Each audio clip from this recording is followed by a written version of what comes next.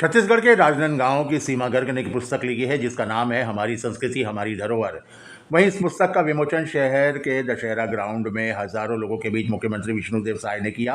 आपको बताते चले, सीमा गर्ग राजनांदगांव एसपी मोहित गर्ग की माताजी हैं। सीमा गर्ग द्वारा लिखी गई पुस्तक हमारी धरोहर हमारी संस्कृति सभ्यता रीति रिवाज हमारे धार्मिक इतिहास और धार्मिक परंपरा धार्मिक ग्रंथ पर आधारित है। इन सभी विषयों पर प्रकाश डालते हुए जो आधुनिक समय में लुप्त होते जा रहे हैं, इस पुस्तक के माध्यम से उदाहरण है कि अगर हमारे परिवार में माता पिता अपने बच्चों को अच्छी शिक्षा और संस्कृति परंपरा और धर्म ग्रंथों की शिक्षा देते हैं तो अधिक संभावना है कि बच्चों के अंदर संघर्ष मेहनत और संयम का मास्टरमाइंड सेटअप होता है, जिसके कारण बच्चों को परीक्षा और जीवन में संघर्ष पर सफलता प्राप्त कर सकता है और संयमित जीवन होने के कारण जीवन में सफलता प्राप्त की जा सकती है।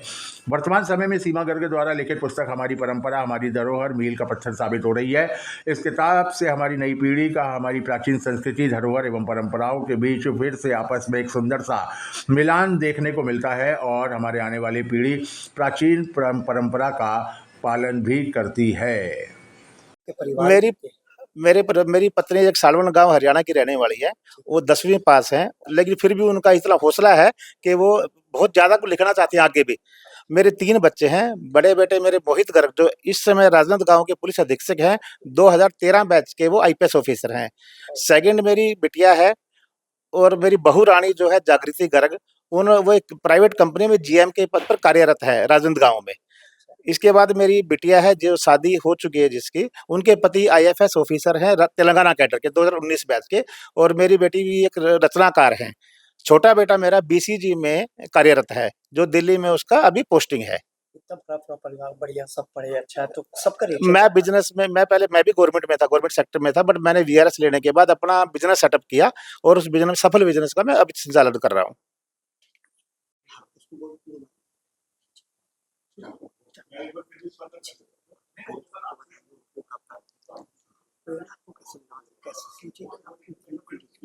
किससे मन में कैसे आया ख्याल? ये कोरोना का टाइम था। उस टाइम मेरे बड़े बेटे मोहित जो कि नारायणपुर में एसपी थे, उनकी शादी थी।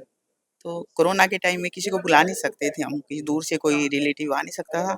और यहाँ जो आस-पास के लोग आए, जो भी छोटे-मोटे हमने फंक्शन किए जैसे हल्दी का, तेल का, उसका जो फंक्शन किए हैं, तो उसमें किसी को पता ही नहीं था क्या गाना होता है, क्या वो रिवाज होते हैं। तो उस टाइम हमने सोचा भई कोई मैंने अकेली नहीं किया है, गाया है जो भी गाया है। तो सबने बोला भई आप बुक लिखो। उस टाइम मेरे दिमाग में आई कि बुक लिखनी चाहिए, जो कि आगे आने वाली पीढ़ी के काम आए। वही आजकल पहले तो कंबाइंड फैमिली होती तो सबको पता होता था। आजकल बच्चे कोई जॉब की वजह से कोई कहीं दूर-दूर हो गए हैं।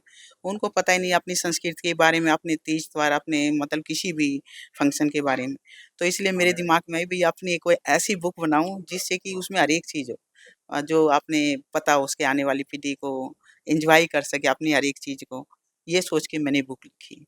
जैसे आप लिखे तो सबसे पहले किसी से पूछे, जैसे घर पे अपने या किसी से डिस्कस कि मैं लिखना चाहती हूँ या कोई हाँ, कोई ये फ्रेंड? बुक मैंने पूछा है। आज जैसे आप पूरा परिवार बैठा है, बच्चे बैठे थे साथ में, भई ऐसे-वैसे पढ़ने लिखो, मेरा सबने साथ दिया है।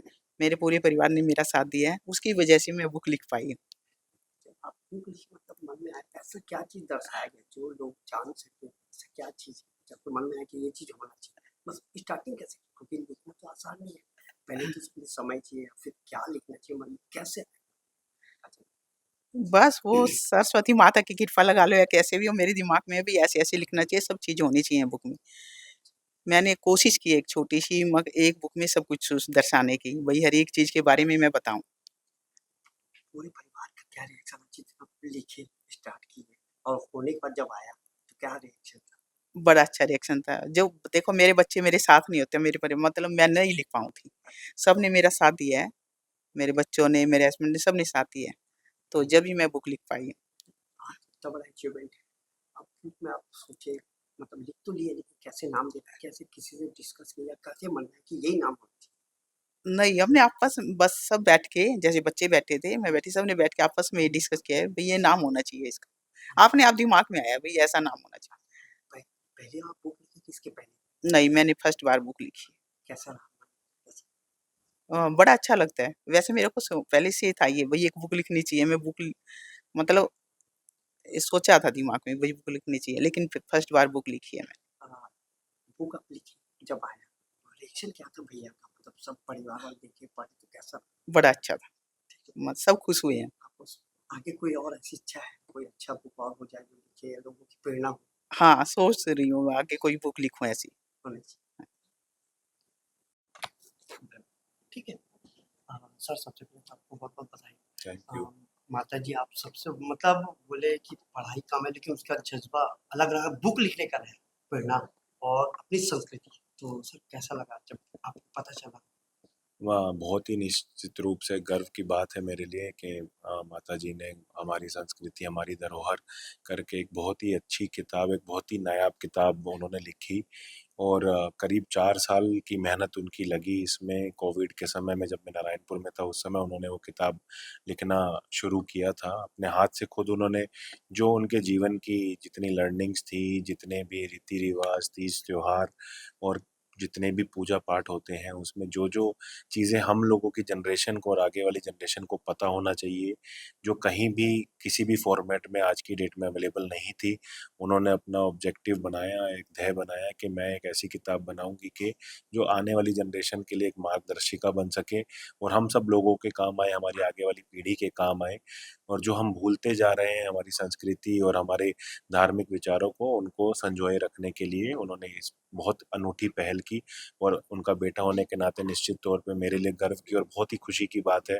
और सबसे बड़ी बात है कि माननीय मुख्यमंत्री जी द्वारा, माननीय विधानसभा अध्यक्ष जी के द्वारा उस किताब का पूरे कैबिनेट और वरिष्ठ विधायकों और वरिष्ठ अधिकारियों के समक्ष और हज़ारों पब्लिक के सामने एक बड़े मंच पर उसका विमोचन किया गया, तो निश्चित तौर पे बहुत खुशी और बहुत ही गर्व की बात है।